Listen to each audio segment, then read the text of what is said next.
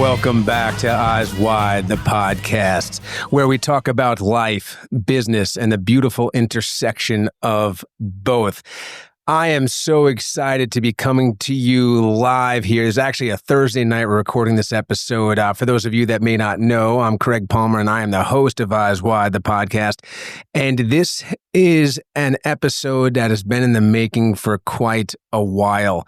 This gentleman that's going to be joining me this evening is someone that I have been fortunate enough to call a very good friend for a very long time.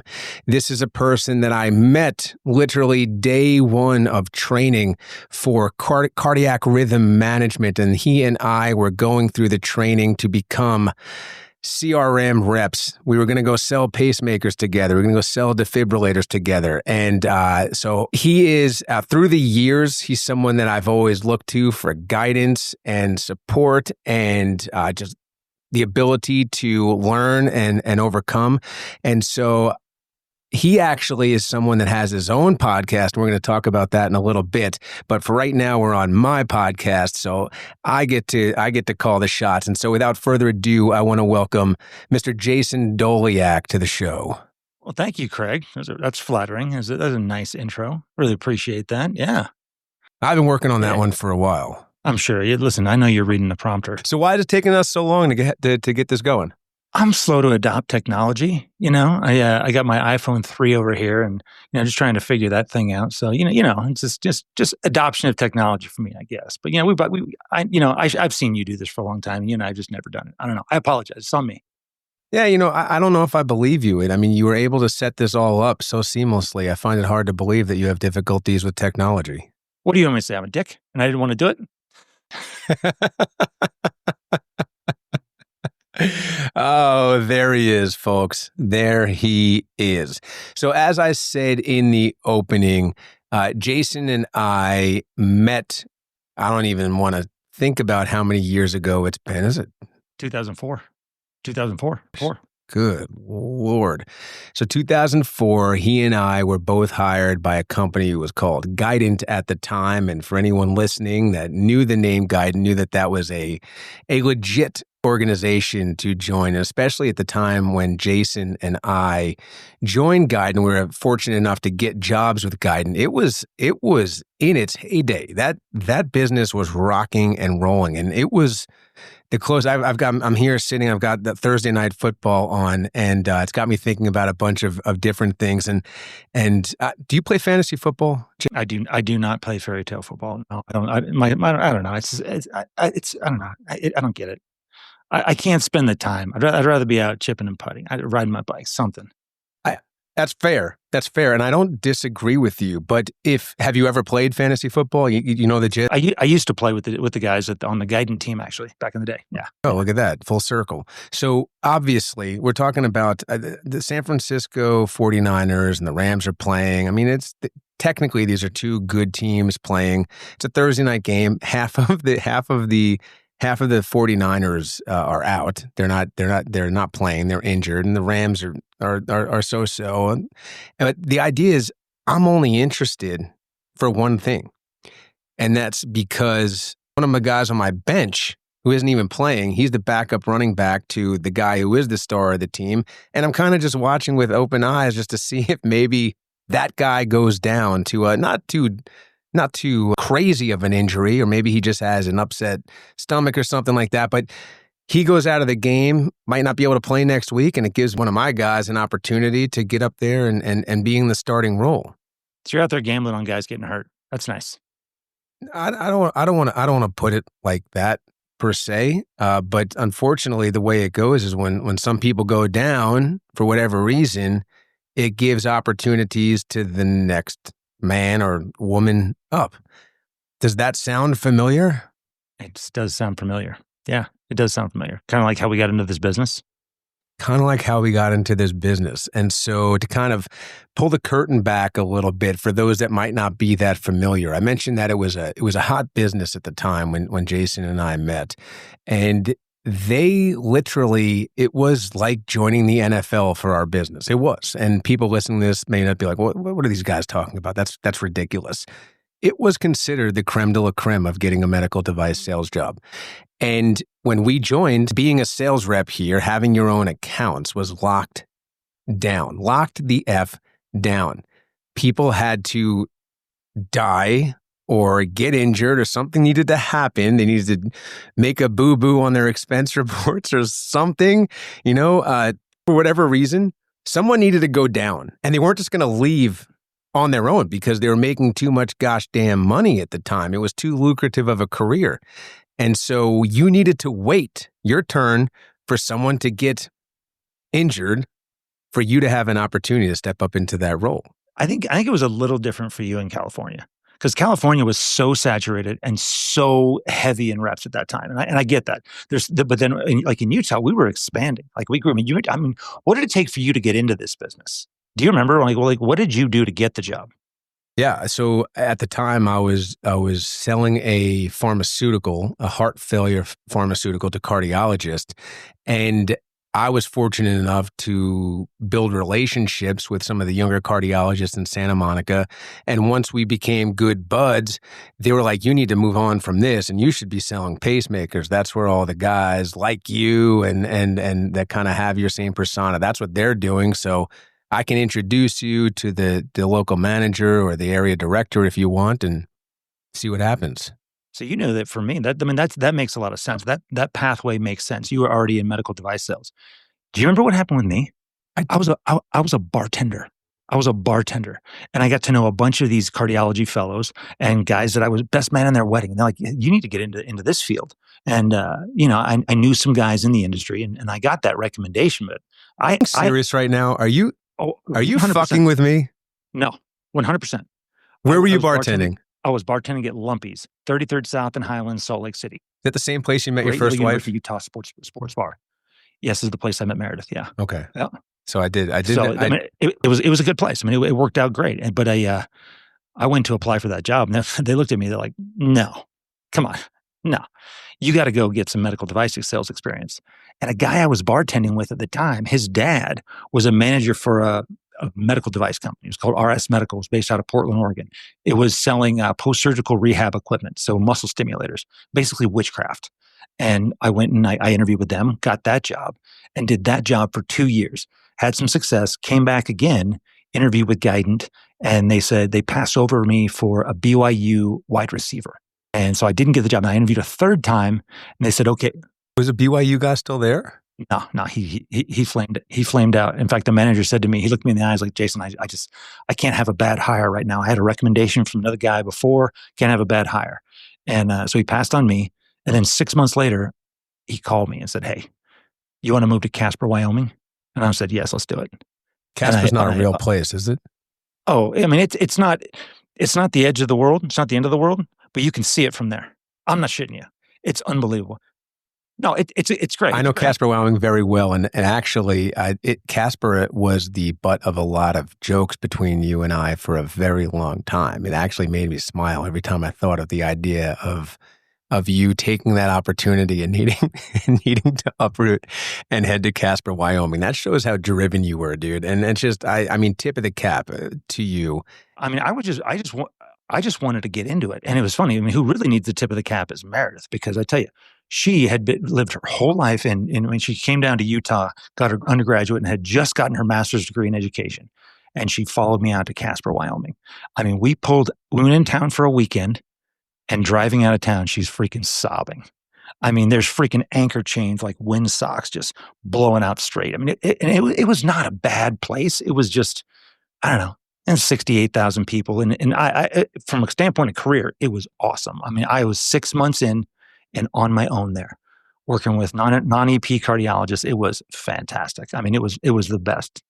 So Jason, for those of you that don't know, Jason has a podcast, as I mentioned, and it's called The Device Guys, and it's a podcast that kind of talks about the lives and experiences and funny things that happen to individuals that get into this crazy business and the kind of the comedy if you will, and drama, mix of both that ensue with putting on the scrubs and carrying around a big bag behind you full of medical device paraphernalia.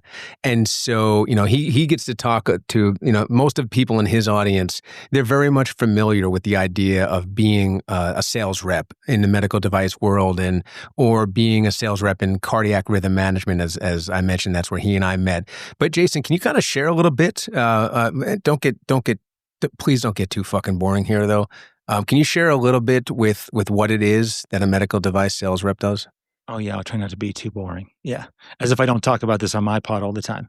No, I mean from a medical device standpoint, what we do is it's a behind the scenes job that nobody really knows about. You go in for a procedure, and you think it's just the nurses and the doctors in the hospital, but everything that comes in that's external to what the hospital carries, a rep brings in, and a rep is an expert on all the little nuances of each and every product.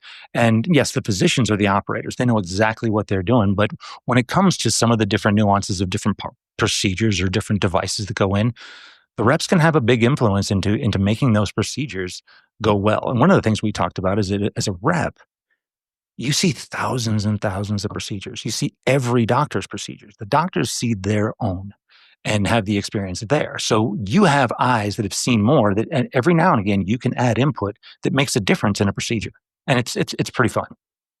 It's a double-edged sword, though, isn't it? When you actually see the capabilities of different individuals who are all classified as doctors and surgeons. And I'm not going to ask you, obviously, to get into specifics, but we both know that there is a difference between surgeons. I would hope that most people do understand that. And I don't know about you, but I was put in certain situations. So when I was in that business, it was when cardiac ablations were really starting to get hot. And there was this frenzy of the EPs that knew that this was going to be the next wave, the next big thing. There was this feeding frenzy to do this procedure on as many patients as they possibly could at the start, because they knew that they were going to start to separate themselves out. There were going to be the people that do a lot of these and the people that don't. And you wanted to be on the right side of doing a lot of these to be able to continue to grow your business and to be able to be speaking at the podium and whatnot. And I would be sitting in rooms knowing these guys that had no business performing cardiac ablations sell their patients who I'm checking their pacemaker on or defibrillator, talking to them about the fact that they need an ablation. And I'm just thinking in the back of my head, holy crap, if this patient even knew how terrible this doctor was at this particular procedure, it would be frightening. Yeah, I mean everybody has different ability levels. And I think in the beginning, a lot of the use of the procedure was not so much. I mean, I think there's a component of it that's growing business, but there's a component of it that's growing proficiency as well. Like the one thing that I've seen in this industry, I've been in this same industry for 22 years, is the proficiency has gone up dramatically, and people's ability. I mean, you remember you go in for a BIVICD, and that could be a 4-hour procedure. Now getting into the CS is a piece of cake. I mean, everyone just has the muscle memory of how to do it, and knowing the tools and being able to develop the dexterity to get to the places you need to go. And cardiac ablation is another leaps and bounds above that skill set, because you have so many things and so many nuances that you're actually doing it and reading and understanding from a standpoint of electrograms and the feel of the catheters and the movements. That, I mean, it is so complex. And I do think that, I think a lot of it is a proficiency development. I mean, you come out of fellowship, and you hopefully out of fellowship you get a lot of experience, but your runway for when you really feel comfortable on your own and without a safety net is dramatic. And I have a tremendous amount of respect for those guys, because it's a scary procedure they're doing. I mean, I don't know if you know much now about what they're doing with PFA. But with RF ablation, everybody just was really worried about the posterior wall of the atrium and dissecting and perforating into the esophagus and causing some real damage to patients. And with PFA and the tissue selective ablation procedures, it's gotten a lot safer. I mean, my big thing with the guys, I'm like, what's changed for you? And their sleepless nights have changed, where they don't have to worry about, hey, is that guy going to wake up tomorrow with an esophageal injury or some complication that just really alters someone's life when they're trying to go alleviate this problem for them. And so that's been one of the big things that I've seen develop over the last couple decades, which has been cool. Yeah, that makes a lot of sense. When procedures are new, unfortunately there's that learning curve, the proficiency curve, and then this idea of, if something were to go bad, how does that present itself? What does that look like? When something does go bad, am I going to be able to fix them again right away? And so there's a lot. I can understand why there'd be a lot of sleepless nights around that. Hmm. Yeah, I have a lot of empathy for those guys in that regard. And it's something that you mean we don't own that. I mean, the reps, yeah, we're in the room. And people start to think, oh, I'm part of this procedure. Not really, you're not. I mean, you're in there to try to help, but when things go great, and 99% of the time things go fine, but when they don't, it's on that doctor. It's a heavy burden. It's a heavy burden to carry. Yeah, and so as part of the training, and so it's I actually like talking about this now because there's a few younger people that I've met out and about, whether it be at the gym or wherever, and they know what my background is. We're connected on LinkedIn, and they see that I've had a lot of history of being a medical device rep. It's one of those badges of honor when you get into that, upper 20, 30 years of experience. People actually figure you know what you're talking about at that point. And so they've asked me, what do I need to do to get into the business? Is something I really want to do. I've been in finance, or I graduated with a major in such and such, and I really want to get into medical device sales. And so I try to give them as much information as possible, but it is really difficult to convey the level of responsibility attached to being definitely certain medical device reps. The business that you and I are in, and the business that you're still in, and obviously you excel in, you're one of the premier CRM reps in the country at this point. There should be an award for you. There should be the award should be named on your behalf at this point. I'm starting to think. That's very cute right now. But that being said, how do you convey to young people looking to branch out or break out into this career? How do you explain to them the level of responsibility that is attached to a job like this?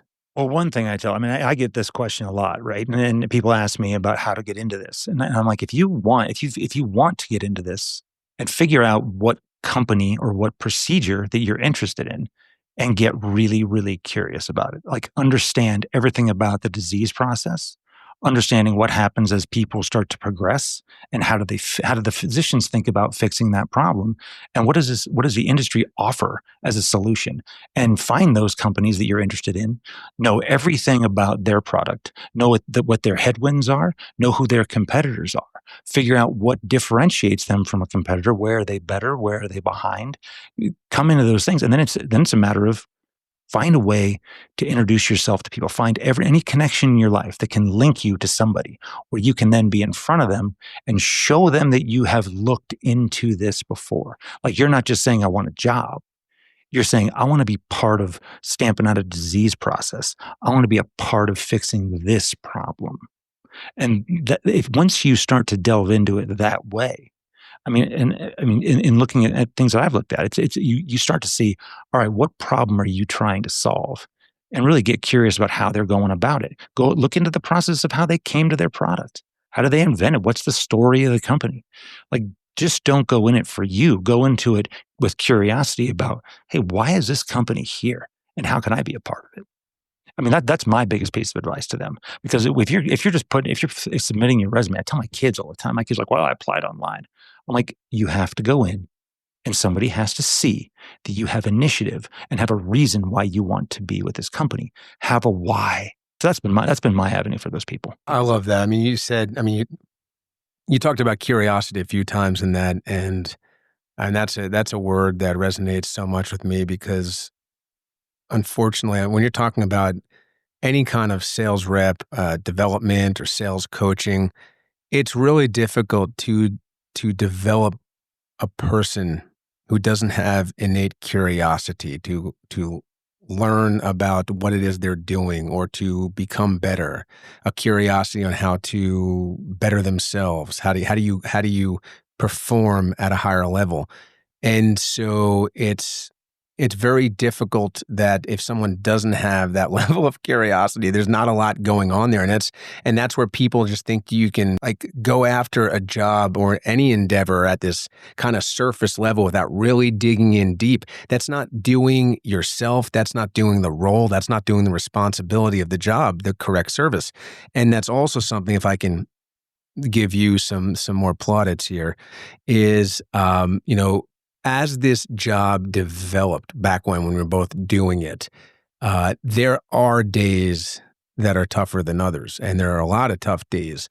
And it was talking to you that helped me through a lot of those difficult days because of how dedicated you were and how much you appreciated and embraced the level of responsibility that this job offered.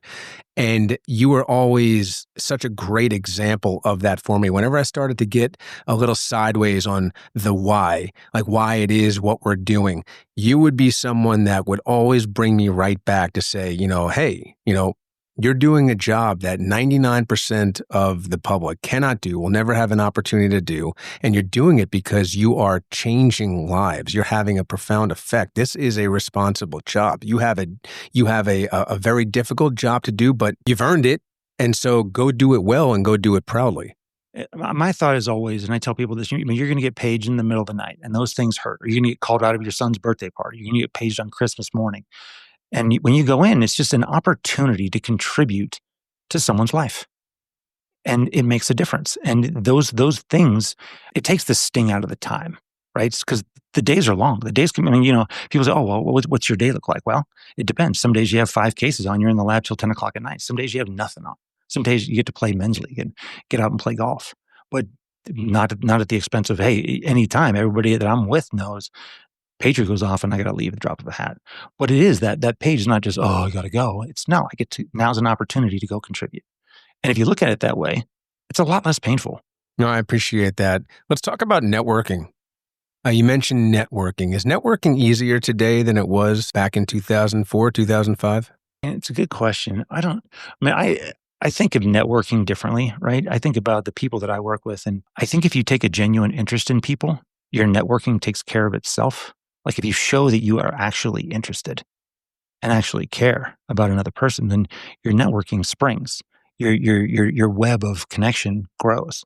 And like I'm the worst. I'm the worst user of social media. I don't post anything. I don't know anything about doing it. It just doesn't feel real to me. I want to get to know people, and I want to get to know people. I know the valet parkers at the hospital. I know the people at the coffee shop. I know the people in the cafeteria. I know the cleaning ladies. It's just every level. Just look at the individual, interact. The more you interact, the more you connect, the bigger things grow. And it feels kind of effortless once you do it. And things just grow that way. And when you interact with people that way, they will say good things about you to other people. And I think that's how the network grows. I mean, I've seen that with doing our podcast. We've had high-level interventional cardiologists, cardiac surgeons, some anesthesiologists come on our pod and just talk to us about the medical device field. And that, I don't work directly with, I work tangentially with some of these people. But when they heard the opportunity of coming on and just having a conversation, they jumped to do it. And to me, I was super flattered with the fact that they just chose to do that, come have that conversation. And I think it's a testament to how much you show people you care about them. And it's not just a passing thing. You're not just trying to sell them something, right? Yeah. So you bring up a lot of good points. So that's internal networking. And I agree. When you were talking about you and the valet guys, I'm seeing like a scene out of Casino where De Niro is, talking to everyone, the cooks and the valet guys and whatnot. And so that's like you walking out of hospitals, like De Niro walking out of the casino. So that's good. That's a good visual.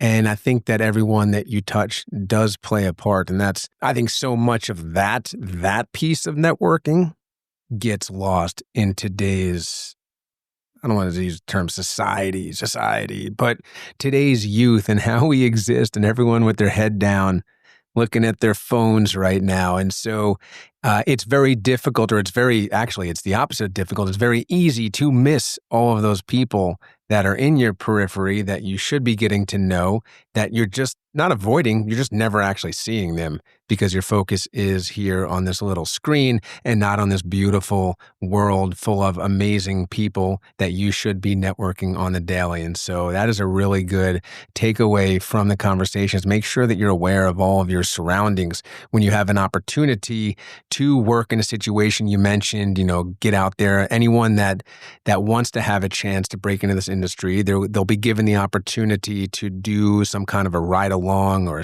spend a day or go see a case with a rep. When you're in there, it's not just about being curious about the device. You should be curious about all the different interactions you can have with the scrub tech, the rad tech, the surgeon, the people there making it happen, the nurses. Show that you would definitely have your eyes up and looking for all opportunity to build inroads. That's a really good takeaway, Jay. I think everyone has an interesting story. Everyone has a story to tell, and if you'll listen, sometimes they're pretty impactful, and you can take a lot. Growth happens from exposure, and exposing yourself to more is something that I'm trying to teach my kids. My kids call me and ask for something, or text me and ask for something. I ignore it. They'll text me 3 times, nothing back. Finally, they'll pick up the phone. I'm like, okay, you're getting it. If you need something, let's have a conversation. I'm not going to respond to texts. Let's interact. There's less interaction now, human interaction, and I don't like it. I think people need the touch points. I think people need to look each other in the eye. You need to hear the nuance in people's voices. You need to see their face. There's so much told there that just gets lost in these phones that we get sucked up in all day long. Everyone's got to tell, right, Jason? Yeah, so did you. Remember? Did you just check raise me? Yeah, that's what that was. Oh my gosh. This guy, so Jason and I, not only were we going through training together, but we quickly found out that we had a common love for playing cards, for playing poker. And back in the day, I don't know if it's still the same way, Jay, you'd have to let me know. But when we went to training back then, we were there for a while, and we were there for over weekends.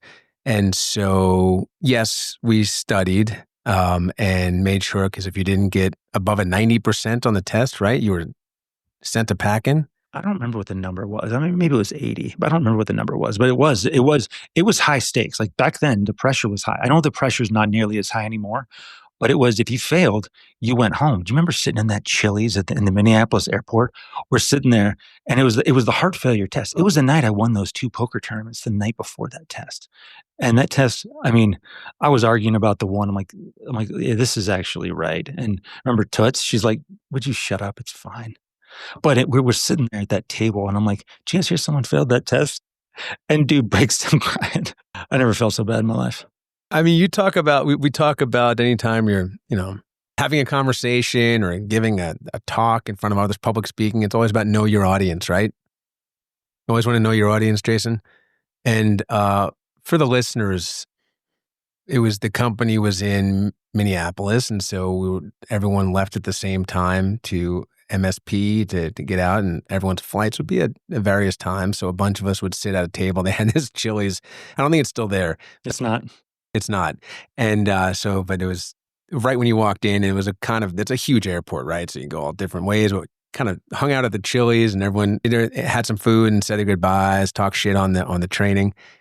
And my man here that I'm sharing the screen with starts just talking endless shit about how dumb a person must be. I did not say that. That is bullshit. I did not say how dumb someone was. No, I didn't. All I said was, you guys believe someone failed that test? That's all I said. It said enough. It said enough. The subtext was, how could someone have possibly failed that test? And this poor dude breaks down right at our table, and he's like, it was me who failed. And this guy, I've never... Can I get another beer? Yep. Just one more. Him too. Yeah, let's make it two. Yeah. I don't think they do it that way anymore, and that's a shame. And that kind of goes back to my NFL reference, is you had to fight for your spot. If you didn't show up for practice, if you took any time off, you decide, no, coach, I don't really feel like practicing today, you're done. And if you weren't doing your part to make sure that you were going to have all of the knowledge that you needed to have in order to be effective in this role and to be safe in this role, right back to this idea of responsibility, they would not put up with it. And the beauty is there were so many people fighting to get a job with the organization. They just had their pick of the litter. They can just have these training classes and use that. Like getting the interview, like winning the interview meant shit then. It was definitely just the first step. It was definitely just the first step. Just the first step. Now you're going to bring you in-house and it's going to be boot camp. And we're going to see how you do. How are you able to handle things under pressure? How are you interacting with the staff? How are you handling pressure? And if they didn't like what they saw, guess what? You were sent a packing. I mean, it needed to happen though. I mean, it needed to happen because, I mean, the job has a responsibility. I mean, and the biggest responsibility I think we have is understanding what the procedure is and making sure you have all the tools you need with you, right? Because there's nothing worse than having an open pocket and then not having what you need and having to, audible and get someone else there to provide it. The amount of time that pocket's open is significant for that patient. You just have to be prepared. Like those are the things that really have impact in differentiating reps. It's the guys that they're thinking through and are prepared for any eventuality in there. And that's what you learn over the years. I mean, it's pattern recognition of EKG. It's looking at flora and understanding those imaging modalities and that kind of thing. But it's really being prepared. And being prepared, taking it really seriously, because once they say, "Hey, it's you and you're coming into this room with us," you better have everything you need. Better have it all together. What's the worst day you ever had on the job? There was a time that we had there was a late night procedure. It was a BIV-ICD that was just a real struggle, and big fella, and we finally got everything in. And this is back in the early mid 2000s when we were still doing DFT testing. And so for the listeners, it's you test a defibrillator by inducing ventricular fibrillation, and then you deliver 40 joules of energy to cardio. You basically kill a person to ensure that you can bring them back to life is what you were doing. That's what we were doing. We tested the device to make sure it would work. And on this particular occasion, we put this person into VF and we charged up 40 joules. Cardioverted shock delivered, and we're looking up at EKG, normal P wave QRS. Everything looks great. Looks good on mine. I'm seeing A sense, B sense over here on the device. Everything looks great. Pressure starts to drop. Doctor steps on the floor and the leads are standing still. It's a thing called PEA, pulseless electrical activity. And so basically the part was electrically depolarizing, but was electromechanically dissociated. So it wasn't squeezing. So his heart was basically still. And so we had to start CPR. And there was the nurse in the room at the time. It was like 10:30 at night. This nurse was 4'1", and she's up there doing compressions like this. And the doctor's like, "Doleac, get up there." And I ended up getting up there and doing CPR for 45 minutes. I mean, I was drenched in sweat, just going the whole time while they did a pericardiocentesis and tapped the guy and tried to do everything we could to bring him back. And that was a rough night. That was a rough night. Got stuff that doesn't get talked about. Like when we talk about level of responsibility, how crazy is that? I mean, it's just what you do in the moment. It's not a matter of, I mean, I'm pretty sure that at the time the company would tell me to get into the corner of the room and don't do anything. But once you are you're a human being at that point, and everyone's in the room is doing everything they can to save do their part to save this person. Yeah. So it's a matter of you do what you have to do. And yeah, it was a rough one. That was a rough one. Yeah. So I mentioned I got the football game going on over here, and I can't remember if it was a Thursday night game as well. I cannot remember. But do you remember the Damar Hamlin game? Yeah, I don't remember if it was. I think it was a Monday night game. But yeah, when he took that hit, which was a precordial thump right on the vulnerable period of his T wave, and he went into VF. That was wild. Do you remember how long it took for them to get a defibrillator on him? Mm-hmm. No, I don't. I mean, I know it was a long time. And I don't know. I don't know how long it was before they started CPR. I don't even know that. Do we know? I mean, I don't even know. Did he have a neurologic deficit after that? Do you know? So that's why I brought this up. Because both of us have seen people expire in the room. And I'll tell you this, the first person that I saw unfortunately expire in the room, it wasn't actually in It wasn't actually in the operating room. This was afterwards. And I was going through training and I was just there as an observer. This is how early this negative shit happens.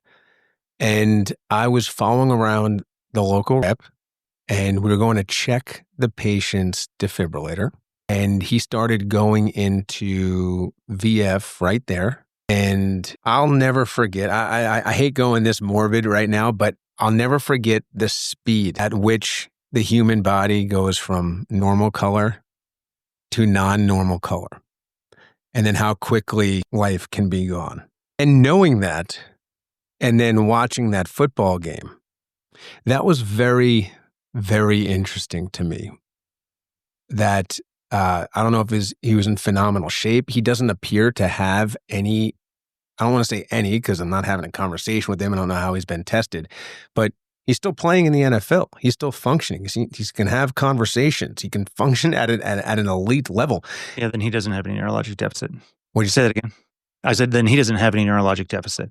That's interesting. And who, I mean, for him, I mean, it's a matter of, circulating oxygen in the blood at the time.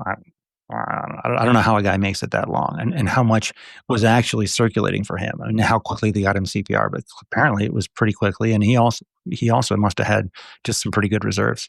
Yeah. It must be insane. It's actually a really good PSA for being in the best shape you possibly can as we get into these advanced years, these wonderful middle-aged years of our life. Because if you take a little bit of a setback, the more you give yourself a positive reserve, the better off you're going to be for the long run. That's for that. I mean, that makes a lot of sense, and we try to talk about that a bit. Is that we do so much from our society standpoint as far as not prevention, but from solving these problems that we've gotten ourselves into with our local, our lifestyles are more sedentary. We're not out chopping. We're not out hauling water. We're not doing these kind of things. Human beings weren't meant to live in 72 degrees all the time and be as sedentary as we are right now. You need to get out and move, and there's no money in prevention, unfortunately. But where there is money in prevention is personally, because the detriment of the sedentary lifestyle and what it can do to the output, the effects in your health, will be costly down the road. Personally, so I look at it as, investing in your health is an investment financially because it's going to cost you a lot less to live a lot longer.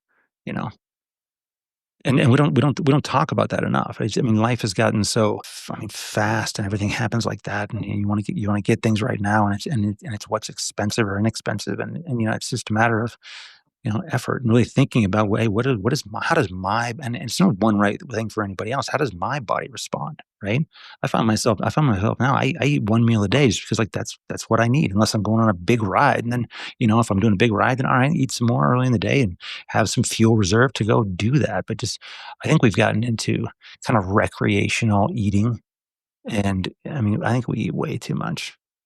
So you, oddly enough, were one of the first people that I remember. I think it was the book, was it Wheat Belly? Mm-hmm. That you turned me on to. And I want to say that you were one of the first people to really talk about this is, I don't know what year, but this would have been pretty early on in this whole kind of adventure of no carbs or carb free.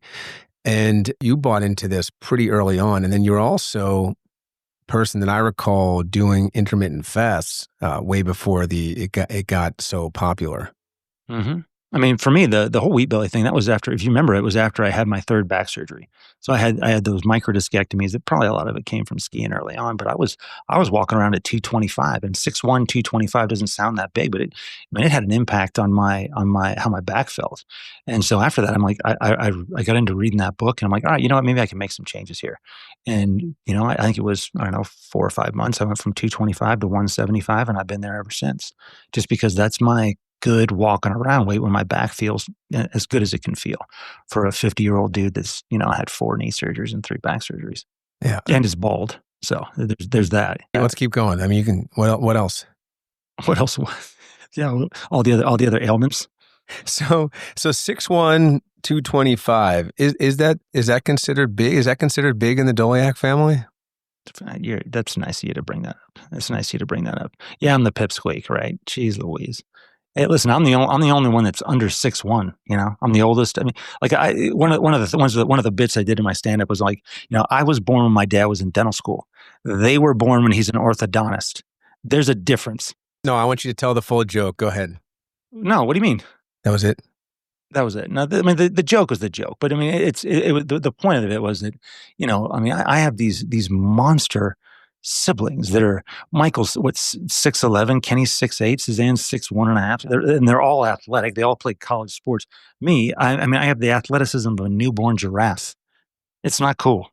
Well, we'll get into that in a second, but for the audience, I mean, we have a sibling of a superstar on this podcast, and it actually has been the butt of a lot of jokes through the years. And so, Jason's brother is a Utah star, right? Like a lot of people in Utah know him. Yeah, he played for the University of Utah back in the Rick Majerus days when the University of Utah's basketball program was in their heyday, and they went to the Final Four a couple of years in a row. He was there with Andre Miller and Keith Van Horn and Alex Jensen and some really good players at the time. And it was a good era of Utah basketball. An absolute stud. Everyone from Utah knows Mike Doleac. That's for damn certain.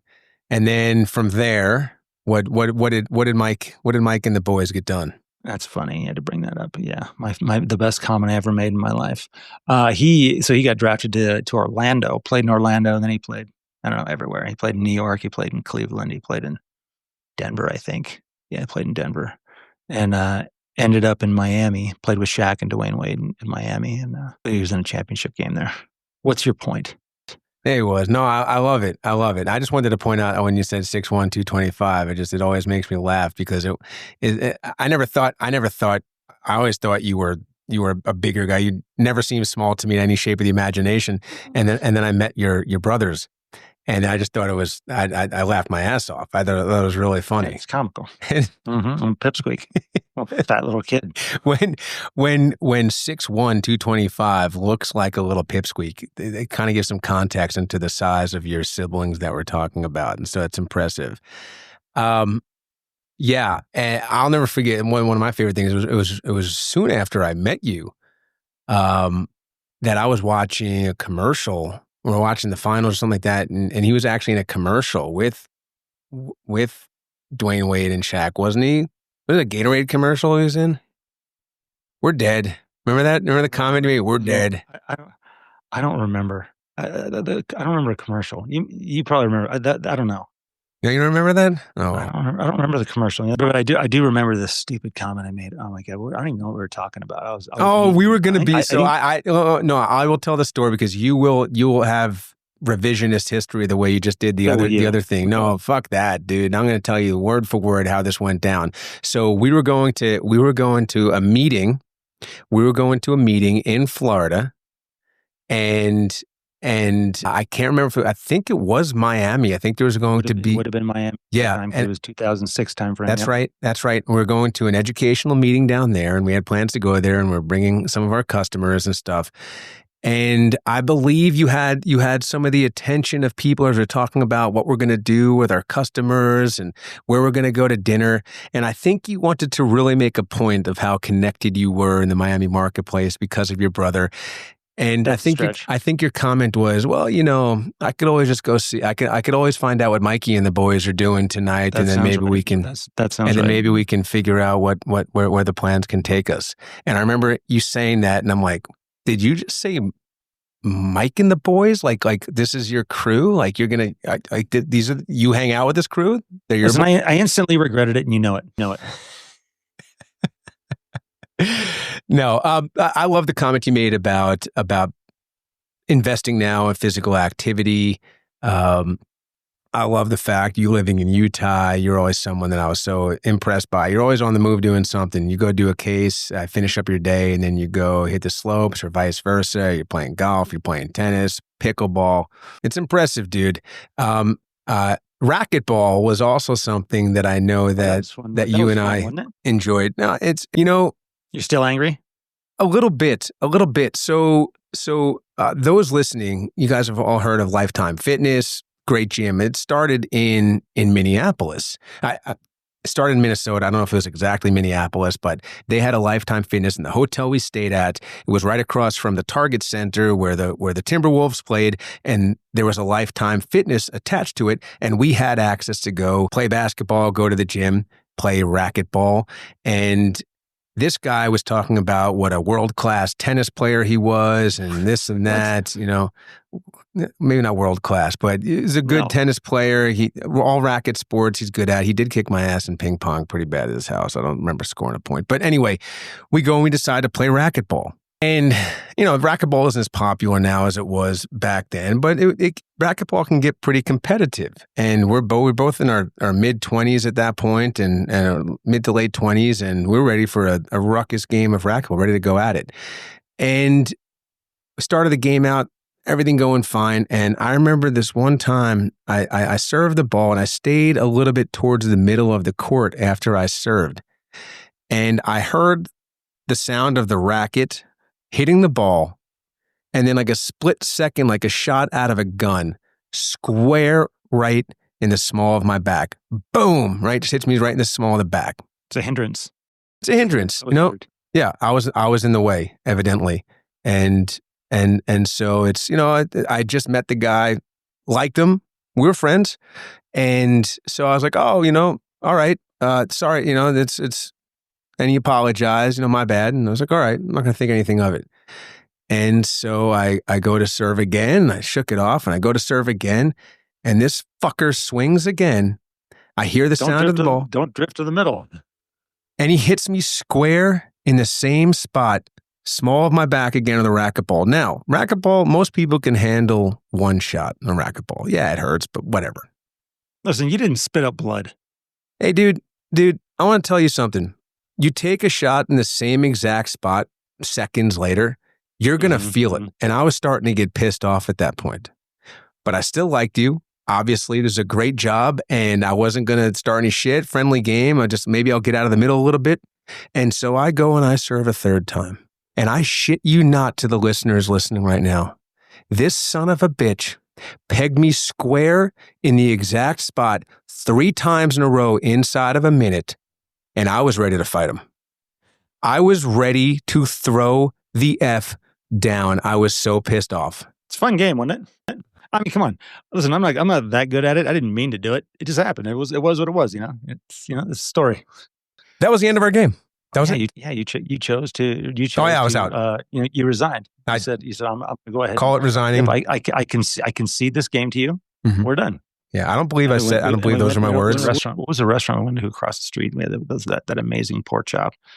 The pork chop. Pork chop is good. Fire Lake. Downtown Minneapolis. Give it a try. Yeah, good times, man. That was good times. Yeah. So, talk to me a little bit about this stage in your career. What are you looking to do? What do you want to be when you grow up, Jason?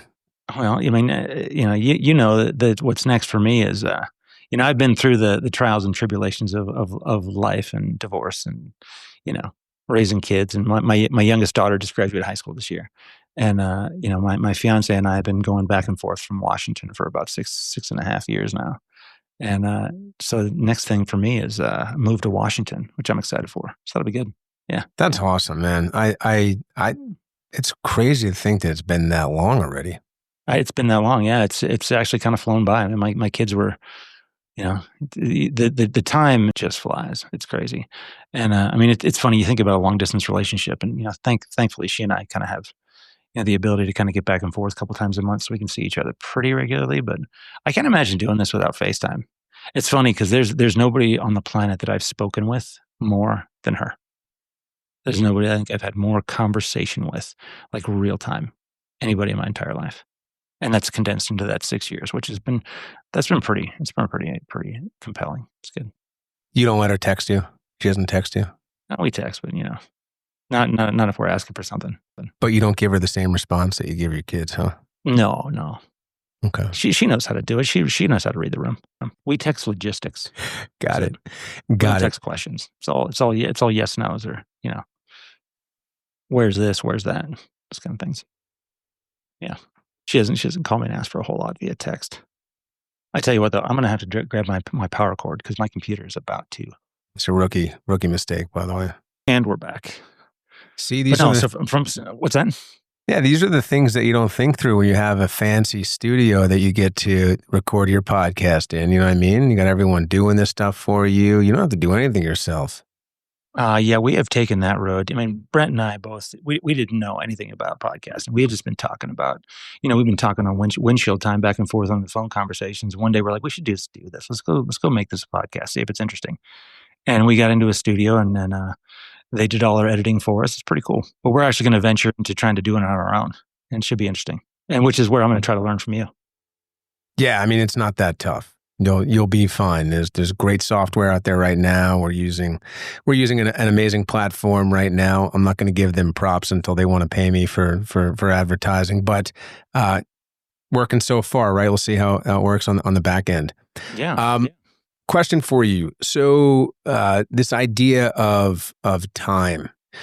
What do we do about to slow it down? Because it's not until you start talking about the ages of your kids and seeing them go from a certain age through high school and then into college. I mean, what do we do about slowing this life down?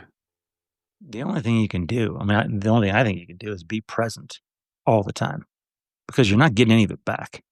And you sit there and worry steals from today and regret just steals from now. Just don't do it. Just be where you are, be where your feet are, and take every opportunity. I tell my kids, say yes, just do it, do things, get out, interact with anyone you can. But in the only way to slow time or to it's not even slowing, it's just appreciating it. Be there and say yes to every opportunity. I say yes to every opportunity my kids want to do something because right now they don't care about me. They don't. It's if you get their time. It's the greatest thing you do. My kids ask me, hey, what are you making for dinner tonight? I'm like, tell me what you want and I'm making it and we'll do it. Last night I made this pork chili verde, which is one of my top things I make. And Carter and one of the clinicals I work with came over and Addison came down. It's amazing. The kids come over for food. And I think that's one of the great things that I like to do is share cooking. I'm the worst at cooking for myself, but for cooking for other people, man, I can't get enough. And those are the opportunities where you're just sitting down, just being able to kind of share the moments. Yeah, it's kind of the whole idea of so there's two things I want to talk about. One, you mentioned like cooking meals together. I think is extraordinary because it's about the whole journey of having the meal, not just sitting down and having the meal. And all too often, when you go out to dinner with the kids, it all feels a little bit rushed. I mean, yes, you sit down, you're able to have some conversation, but I spend half the time telling the kids that if they touch their cell phones again, I'm going to kill their AT&T signal, and they won't have access to the phone anymore. And so it's just fighting for attention. But with regard to being in the moment, can we please just talk about that? Maybe that'll be the topic that we finish up on, because this is so near and dear to my heart. And I've got this whole concept. It was one of my keynotes. The keynote is called Find Tomorrow in Today. And the concept around that is stop putting off to tomorrow what you can do today. That's one aspect of it. But it's about we build these, not walls, but limitations in our mind of what you can accomplish in a day, like what makes sense to accomplish in a day. And we put these parameters on it. And I just want people to become more expansive and they look at the magic of an available day and what possibility each day holds and doing as much as you possibly can in that day. And what that does, and it translates to business quite a bit, because the more you're able to do in the current day, you set yourself up for being able to do that much more in the preceding days. And it's the same with business. All too often, we have goals. We have sales goals. And the good reps, the good business people know when they're on pace to achieve their goal. And some of them will purposely not put the brakes on, but you're not doing more than you need to because you're okay with kind of just pacing this out to achieve your goals. But the extraordinary people put no limits on what they can accomplish at all. They're in a fight with themselves every single day, every single week, every month, every quarter. They want to continue to outpace what they did previously. And so that's why I always challenge people to do more in a day, sell more in a day, accomplish more in a day. It's going to set you up that much further down the road. This is what Kobe was talking about. This is why he woke up at 3 a.m., 4 a.m. and practiced before the practice started, so that he was having multiple practices each day more than his competition. And he knew over a span of time, by doing that, practicing that much more of a span of time, 5, 10, 15 years he talks about, no one ain't ever going to catch up after that. It's true. I mean, and truthfully, it's looking for opportunities. It's always it's not being complacent. It's just, I guess this complacency is a bad word.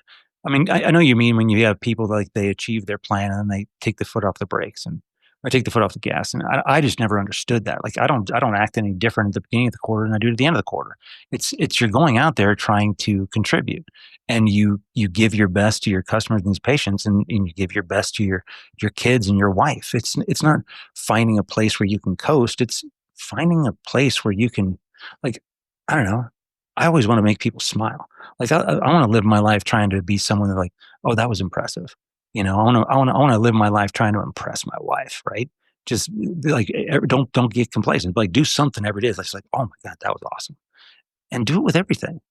And you know when you're like, sometimes it doesn't feel good, but then just, I don't know, say yes, go do it, go do the thing you don't want to do. Which is one of those reasons I get up and cold plunge every morning. People are like, why? What are the health benefits? I'm like, I don't know. I do it because I don't want to. Every morning, I look at that thing out the window, like, but just go do it. And you do it because, like, I don't know, you get done with it. It's like, all right, that's one hard thing done. It's the same thing about making your bed. Just make your freaking bed. Do it. Start the day. Win number one. Do it. Yeah. Okay, there it is. There it is, the cold plunge. Ladies and gentlemen, this is the person that officially got me into cold plunging. And the first day I was at his house, and he has a cold plunge at his house. In the front yard, by the way, which is so weird. It is a little weird. Did I tell you, it was funny last winter. I had the homeless parade. The homeless parade goes in front of my house about 6 a.m. And I'm sitting out there in my stupid Euro Speedo. And I'm sitting in that cold plunge. This guy walks in front of my house. He looks over at me. He's like, why are you doing that? And I said, I do it to remember all those poor people, those poor souls that sunk into the icy waters of the North Atlantic on the Titanic. I do it to remember. Don't forget. Don't forget. No, I remember the first time we did it, you wanted to show off and you went 4 minutes, and I went, and even after you set the example, you set the bar 4 minutes, I think I did 45 seconds max. You didn't like it very much.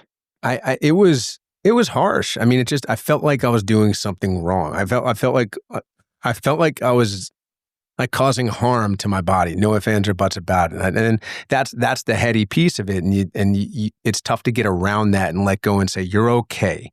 Yeah, you don't love it. It's not great, but you're going to be okay. You just have to get through it, breathe through it. And so after that, because I felt like such a puss after only doing it 45 seconds compared to you going the 4 minutes, I definitely made it a point to start to work myself up and get good at it. And now I can go for 4 minutes. I go over 4 minutes now when I do it. I haven't done it as much recently since I got injured. I've gone a few times, but I've gotten out of my typical routines that I was getting very, very focused on accomplishing on a daily, weekly basis. But I'll get back into it.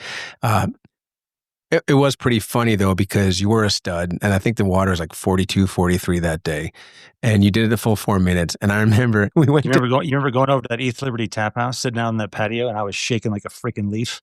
I was shaking like a dog shit in a peach pit. I couldn't stop. I had to give you my jacket, dude. Every morning now, I go from here, and it's worse in the winter. You go out there when there's 6 inches of snow, but it's out to the car and flip that seat heater on and crank the heat all the way up. And yeah, I mean, I roll a dice now. That determines my time. And if you get a 1, you got to do double. You got to go in, get out, get in. Minutes too short, but like 6 minutes, I'm shivering for 45 minutes. A long time. Yeah, it's fun. Impressive, man. Excellent. Yeah, I mean, I don't know. It's kind of, I try to do as much as I can to kind of alleviate back pain. I don't know if it does or not, but I feel like I don't know. I think the biggest thing is I don't want to do it. So you just got to do it. Suck it up. 100%. I did an episode with Jordan Garner, buddy of mine, and kind of the whole theme of the episode was doing the hard things, doing it because we don't want to do it. And when anything that you're kind of looking up at, like when you're looking at your Everest and you're looking at the top and it's like, holy shit, I don't want to do this. The minute that you say you don't want to do it, you know that you have to do it. And that is getting strong up here. And I do believe, I've mentioned this before, I do believe that that's the biggest benefit of doing things like that. It's about figuring out ways to accomplish things that the average person cannot. It's about differentiation. It's about setting yourself apart. It's about you being in control of yourself fully. It's about being in control of yourself. I mean, I don't think of it in relation to other people as much, it just because I try to think about, shit, what am I doing? Like I think about politics now. Like what do we do? I'm like, what you do is you control your actions. You be good to the people in front of you. You contribute to your sphere. Contribute to everyone you touch in a positive way. That's the way society is going to get better, I think. And then do things you don't have to do. Look for things you don't have to do, for people that you don't get any benefit from. You just decide to do it because someone needs it. Well, Jay, I just want you to hear it from me, since I know how important this is for you. That, Jay, I want to let you know that you make me smile. Well, thank you. I appreciate that. You are an easy audience. All my freaking jokes work on you freaking well. It's great. I am a very easy audience. You're an easy audience. Yeah. And you too. It's been great knowing you over the years, and this is fun to come do. And I appreciate all the guidance that I'm gonna take from you in the future as I put this whole thing together.